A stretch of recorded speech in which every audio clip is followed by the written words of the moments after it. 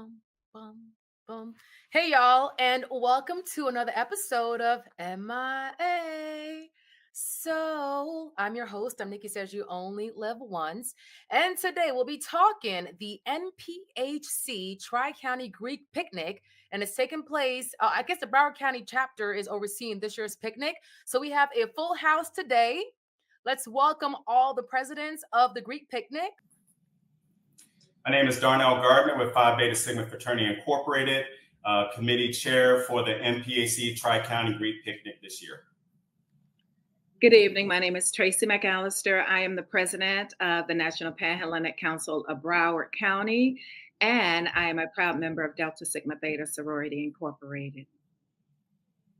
Hello, my name is Belinda Palmore Denard, and I am the president of the National Panhellenic Council of Palm Beach County and a member of Sigma Gamma Rho Sorority Incorporated. Good evening, everyone. My name is Tyrone Francis. I serve as the second vice president of the National Panhellenic Council of Miami-Dade County, and I am a proud member of Phi Beta Sigma Fraternity Incorporated. All right, nice to meet all of you. Thanks for being on MIA Soul. Now, Darnell, this first question is for you. So for those that may not know, what does NPHC stand for? Stands for the National Panhellenic Council. Okay. And how did this group form or come together? Well, it came together we're considered the Divine Nine, which we have the Alphas, we have the AKAs, we have the Qs, we have the Deltas, we have the Sigmas, we have the Zetas, we have the Sigma Gamma Rho, and we have the Iota. Okay. And Tracy, this is for you. So what inspired the Tri-County Councils to come together and host this United Picnic? Well, actually, it was Darnell who came to our council to actually pose this event to us. And I think Darnell should tell a little more about why he wanted us to come together as a unified front and collaborate on this very special event. Thank you, Tracy. Thank you. Each year, every county hosts their own Greek picnic. And every year I attended these and I just said, hey, look, why can't we just do this all together? I know Atlanta, everybody goes to Atlanta, they have their thing up there. And I said, why we can't have it here in South Florida? We have a great attendance. We have a lot of Greek organizations. So I went to each president, Tracy, Belinda, and also Tyrone, to talk to the MPACs to come together as one and make this a joyous event. Okay, and so what number event is the picnic? What annual number is it? Well, we've been doing this historically for a very, very long time, but it's together as one. We're as one as anyway, but together as one, this is our first year.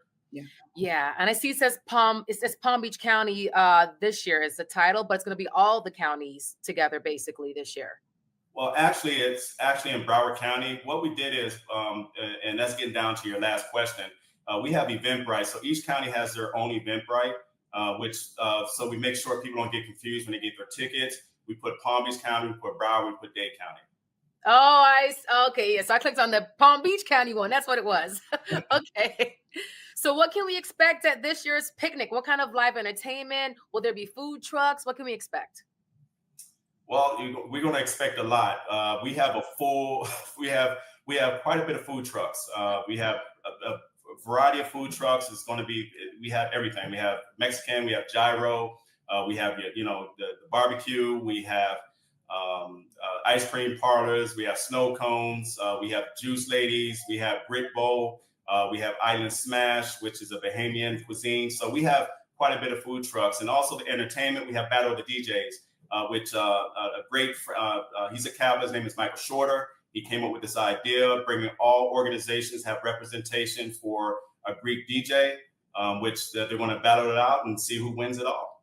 And then, of course, we're going to have the Greek games. The biggest one is the tug of war competition. We're going to have the hula hoop. We're going to have the sack race. We're going to have the ape. And also, we're going to have different games of competition for the Greeks to get involved, and also non-Greek as well. So we're trying to make this a joyous event and also a community event. Okay, cool. So what are some do's and don'ts for the picnic? Oh, do's and don'ts. Mhm. Come One of ready the- to have a good time, have a smile on your face. Make sure you stay hydrated, bring that water and stay hydrated. Maybe, warm out there. Any don'ts, y'all? I'll say Yes. positive. Let's come and have a great time. I mean, We have it's a going to be great. The party with a purpose, right? The reason why we're doing this is to raise money to get these kids to school. What's happening in this country is, I'm not even going to get on that subject, but there's things that are changing. We're going to try to do our part to make this thing happen. And let's everybody come together as a community, as organizations to do the right thing. And get these kids off, and these kids are going to remember us in the future. And that's what I'm saying, leaving legacies that when we're gone, that they can remember and they can pick up the pace when we're done. Yeah. So right now, as far as the funds are being raised, they're going to be for seniors graduating in 2025, going into, I guess. Oh, okay. Correct. That's awesome. Yes, correct. Okay, and I would say, 2026. going into 2026. 2026, yeah. Oh, so it's for next. Okay, I got you. Okay. And so blanks, lawn chairs, picnic, blankets.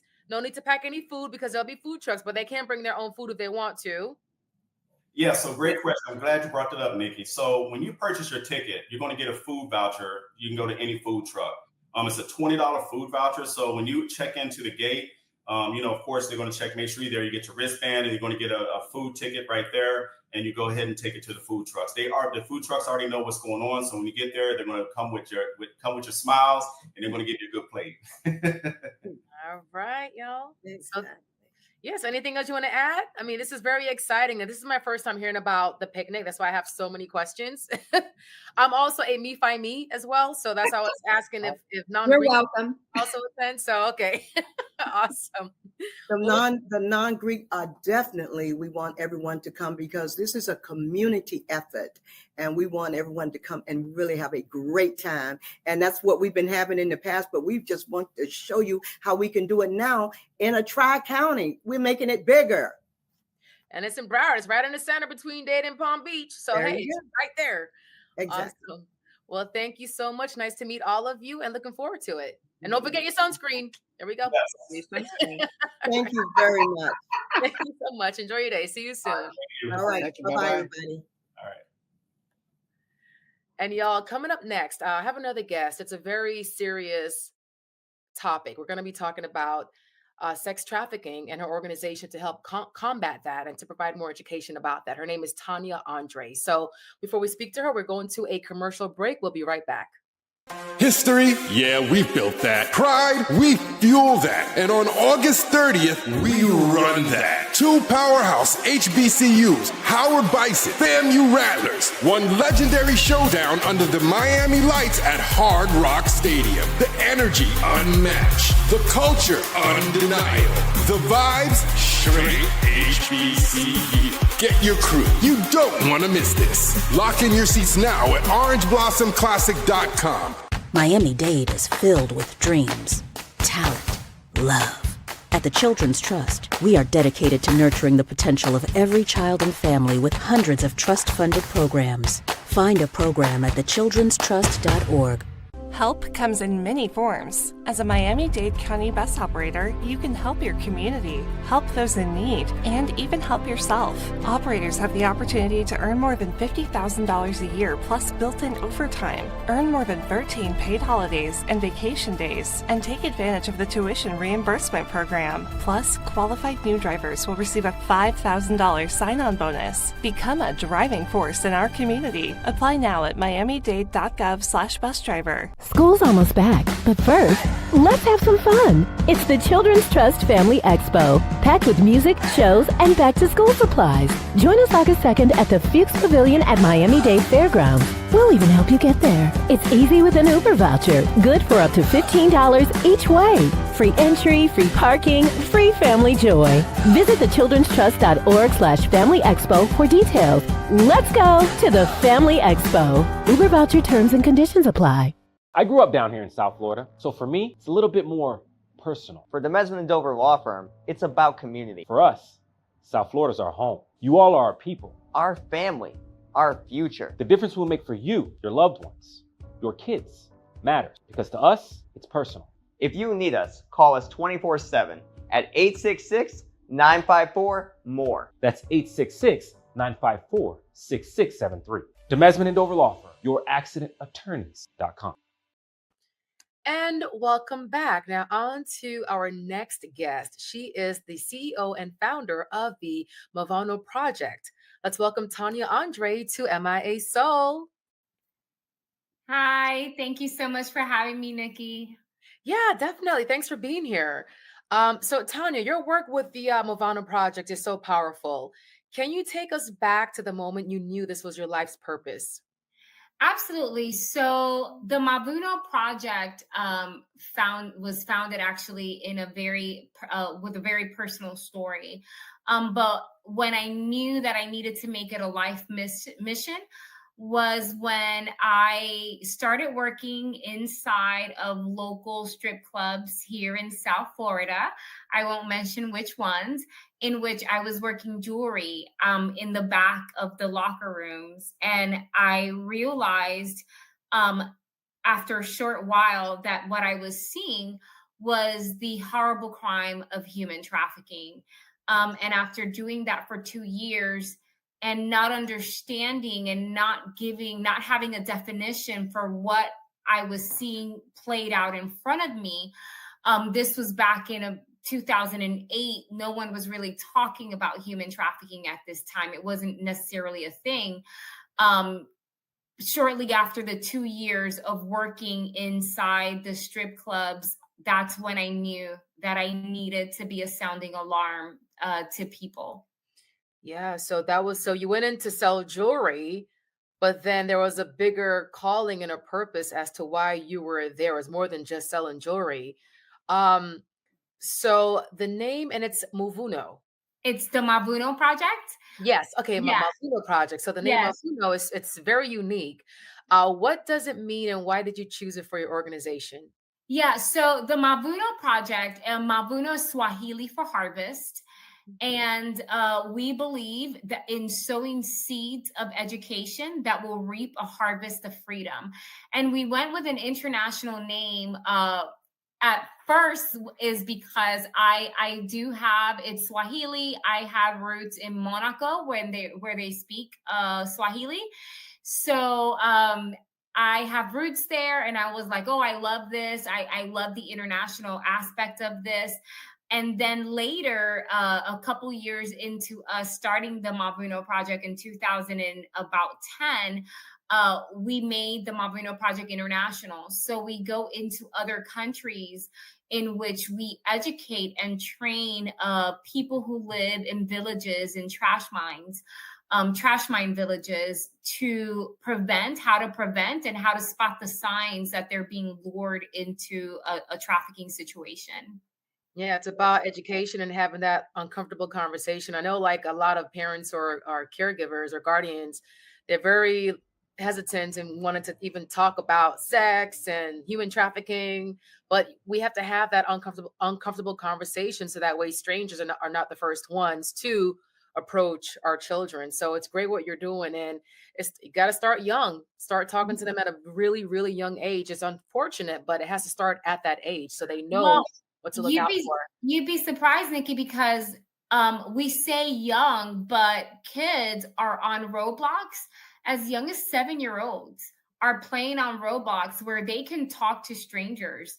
When we go into the schools, we actually go into schools and educate kids as young as 8 years old.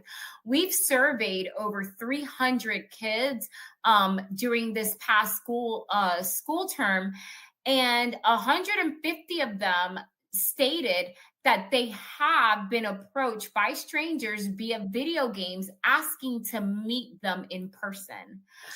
So those are students that are as young as 8 years old that are having these conversations with strangers online. So I want to believe that nowadays with technology, AI, which is great that technology is advancing, but the more it advances, the younger the younger the children get, and they just become more vulnerable.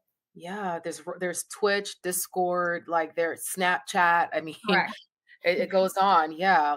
What are some of the biggest myths and misunderstandings people have about human trafficking today? Absolutely. So one of the biggest myths is that it's only men that do the trafficking. I think that we always, kind of always pinpoint to the men. And it's not. It's actually women can be traffickers. And they're actually very good because when we think about women, we think about moms, right? We think about nurturers. So they are the prime person to reflect that onto children, to the most vulnerable, whether it could be young adults, teen girls, right? To gain that trust. So women can also be traffickers. And I think that's a big myth. Also a big myth is that it happens with strangers. And actually, we've come to know throughout the years that one of the main ways that children are now being lured into trafficking outside of just online luring is through familial trafficking.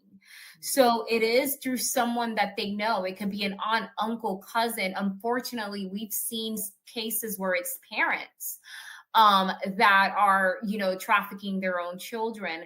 So I believe that those are some of the biggest myths. And the other big myth is that it's happening outside of the US. And in reality, the United States is the #1 consumer of sex trafficking.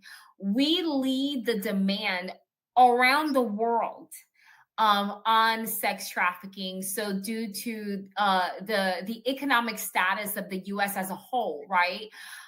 So it is not just happening in other countries. It's not like the movie Taken or Sound of Freedom. It's happening in places that we call home, and that could be very much in your backyard. Wow, I can go on and on with questions for days. How can we find more information and how can we support your organization? Absolutely. So we are on all, we're in platform social media. We're mostly on LinkedIn, Facebook, and Instagram. You can find us at the Mavuno Project. And also on our website, themavunoproject.com. And we would love to get to talk to you and learn more about how you would like to or want to get involved. Well, Tania, thank you so much. I will definitely check it out. It's something that's happening in everyday life. And I watch a lot of documentaries. It's everywhere. And it's just good to get involved and to be hands-on. And this is something that I would definitely want to be involved in. So Tania, thank you very much. And I'll be reaching out to you soon. Great. Thank you so much, Nikki, for your time. Have a great day. You too. Thank you so much, Tania. Very insightful. And thank you for what you're doing. And coming up next are my co-hosts, Dr. Delvena and Imani Latifa. We'll be right back. History? Yeah, we built that. Pride? We fuel that. And on August 30th, we run that. 2 powerhouse HBCUs, Howard Bison, FAMU Rattlers, one legendary showdown under the Miami lights at Hard Rock Stadium. The energy unmatched. The culture undeniable. The vibes straight HBCU. Get your crew. You don't want to miss this. Lock in your seats now at orangeblossomclassic.com. Miami-Dade is filled with dreams, talent, love. At the Children's Trust, we are dedicated to nurturing the potential of every child and family with hundreds of trust-funded programs. Find a program at thechildrenstrust.org. Help comes in many forms. As a Miami-Dade County bus operator, you can help your community, help those in need, and even help yourself. Operators have the opportunity to earn more than $50,000 a year plus built-in overtime, earn more than 13 paid holidays and vacation days, and take advantage of the tuition reimbursement program. Plus, qualified new drivers will receive a $5,000 sign-on bonus. Become a driving force in our community. Apply now at miamidade.gov/busdriver. School's almost back, but first, let's have some fun. It's the Children's Trust Family Expo, packed with music, shows, and back-to-school supplies. Join us August 2nd at the Fuchs Pavilion at Miami-Dade Fairgrounds. We'll even help you get there. It's easy with an Uber voucher, good for up to $15 each way. Free entry, free parking, free family joy. Visit thechildrenstrust.org/Family Expo for details. Let's go to the Family Expo. Uber voucher terms and conditions apply. I grew up down here in South Florida, so for me, it's a little bit more personal. For the Mesman and Dover law firm, it's about community. For us, South Florida's our home. You all are our people. Our family. our future. The difference we'll make for you, your loved ones, your kids matters, because to us, it's personal. If you need us, call us 24/7 at 866-954-MORE. That's 866-954-6673. Demesman and Dover Law Firm, youraccidentattorneys.com. Hey, Nikki, are you ready to take the couch?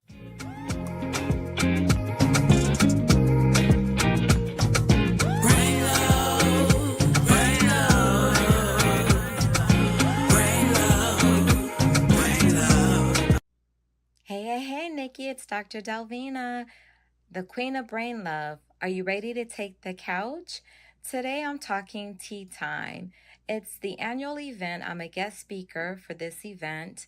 It's tea time and we're talking cancer and how cancer can impact mental health and mental health services. Nikki, it's the Charmettes Incorporated, the Broward County chapter. This is their annual cancer tea. It's a 31st annual sponsored by Broward Health. It is a beautiful concept. It's tea time. Look at the beautiful kettle and the teacup.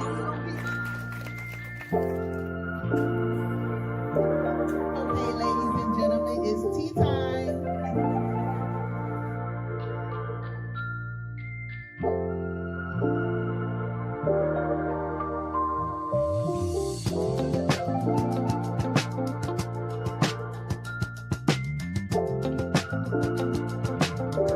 We played a little before I spoke, and now here's some of the speaking event. Alrighty, let me get tucked in. Hello.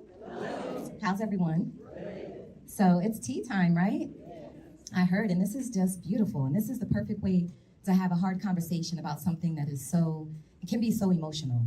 Talking about cancer and being a psychiatrist, we're talking about it from a mental health standpoint, because I think the best way to have these types of hard conversations is to have the hard conversation.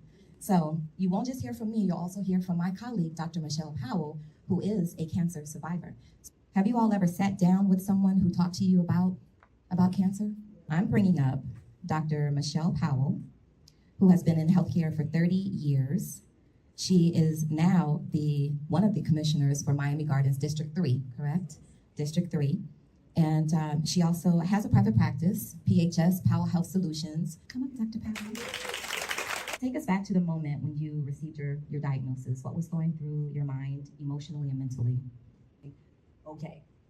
No racing heart, no nervousness. Okay. I was already at okay. Which is not usually typical for many people, because it's just because I've had the knowledge and I've treated so many people. And my mother had stomach cancer, we went through cancer, but in my mind I already knew it was something because of my experience. So I felt okay, if that's a feeling. So was that an okay, like, okay, God got me? Yes. It was okay, all right, let's do this. It was okay, let's do this. I was not worried, I was not scared. There was a peace that I felt, and I can't really tell you why. Were there times that you felt pressured to be strong, to feel strong, or was it just something that was automatic for you to be strong, to feel like you could push through? Did you ever have a moment where you felt helpless? And I was putting on my dress, and I couldn't pull up the zipper, and I just was bawling. Well, ladies and gents, that's all I have for you. Thank you for joining us this week on MIA Soul. This is your mental health segment with Dr. Delvena. Thank you so much. Say brain love. Peace and beautiful blessings, my MIA fam. I hope you had a fantastic summer, and welcome to the Arts and Culture Report by Imani. This time, guys, taking the train to beautiful Orlando, Florida. Now, I don't know if you've ever heard of the Highwaymen. The Highwaymen are a group from Fort Pierce area, Florida, and they began around in the 1950s, and the majority of the artists are self-taught. So you might have seen them if you were with your parents back in the day, back in the 1970s or 80s, selling their art on US 1, but they have depicted the works of the coastline of Florida just beautifully. Vibrant colors, as you see right here, creating tropical sunsets with palm trees and cumulus clouds, and just everyday life. And so they used to sell from door to door back in the day. But now, after 2004, about 26 of the artists have been inducted into the Florida Artists Hall of Fame, which I think is really cool. So this group that I met here was the second generation. So these are like the children and the grandchildren of the Highwaymen artists. So as you can see here, these are absolutely fantastic photos. They're like very famous. I even have a book on them, and most of them, a majority of them are African American artists. And so some pictures are low as maybe 500. This right here was a piece from the hall. It had flowers, and I like old things, so I just kind of took a picture of that. But check this out. Let's see. Hello. It's been over 10 years. I know it was us, but it was yeah. I was legit when I started with my mom. Then we moved away, working. Then I come home on the weekends and I come and help her. Yeah. So that's pretty much that a part of my life. He said your mom, your people from Georgia, but from like outside of Atlanta. Snellville. Okay. Okay. I think when I started this, I was like, really, probably about 20. Okay. 20 years old. With little tasks she give me to do, just little tasks. Mm-hmm. As I got older, more responsibility, more requirement for me. You know what I mean? So, and that's what we did. Yes, guys, and I also had the opportunity to see some Carrie Mae Weems pieces that were at the hotel lobby across the street. Please forgive me, I do not remember the name of this very upscale hotel, but they had a really great art gallery in there of some phenomenal artists. But Carrie Mae Weems is one of my favorites. She became popular in the 1990s with some of her installation arts. I tried to keep up with all these artists, and I definitely promised to do better, but there's so many art pieces. But guys, I just wanted to say thank you so much for watching. School is back in session, and so we'll see you on the other side. Peace and blessings. And everyone, thank you so much for tuning in today. A big shout out to our guest earlier, Darnell, with the Greek Picnic, and also with the Movano project with Tania a while ago. And also my co-host, Dr. Delvena, our board certified psychiatrist, and Imani Latifa, our arts and culture connoisseur. Well, thank you so much for tuning in, and we'll see you soon on another episode of MIA. So.